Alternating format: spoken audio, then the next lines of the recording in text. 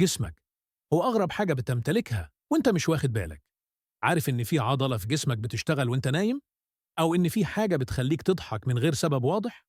في الفيديو ده هقولك 7 حقائق غريبة جدا عن جسمك، حاجات ممكن تسمعها لأول مرة وهتخليك تبص لنفسك بطريقة تانية تماما.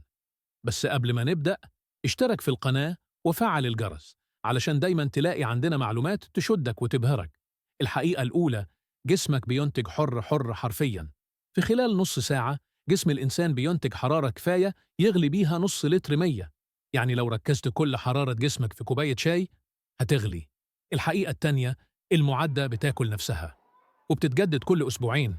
حمض المعدة قوي جدا لدرجة إنه ممكن يهضم جدار المعدة نفسه، وعشان كده خلايا المعدة بتتجدد باستمرار كل 10 إلى 14 يوما. يعني حرفيا معدتك بتتجدد أكتر من موبايلك. الحقيقة التالتة: القلب ممكن يحس حتى لو اتشال من الجسم.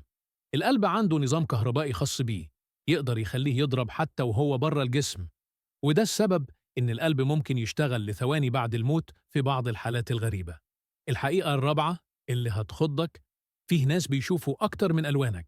في أشخاص عندهم حالة اسمها تتروكرومات، يعني عندهم مستقبلات إضافية للون وبيشوفوا ألوان إحنا حتى مش قادرين نتخيلها.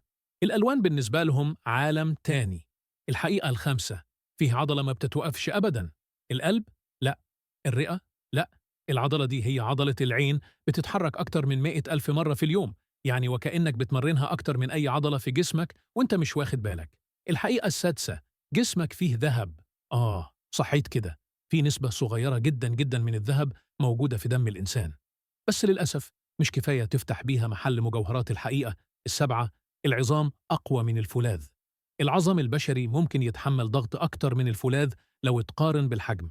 يعني لو كنت بحجم مصغر زي النملة كنت هتبقى خارق بالنسبة لها. جسم الإنسان فيه معجزات حقيقية، بس إحنا قليل جدا اللي بنلاحظها. لو عجبتك الحقائق دي متنساش تدوس لايك وتشترك في القناة، وقول لي في التعليقات إيه أكتر حقيقة حسيت إنها غريبة فعلا.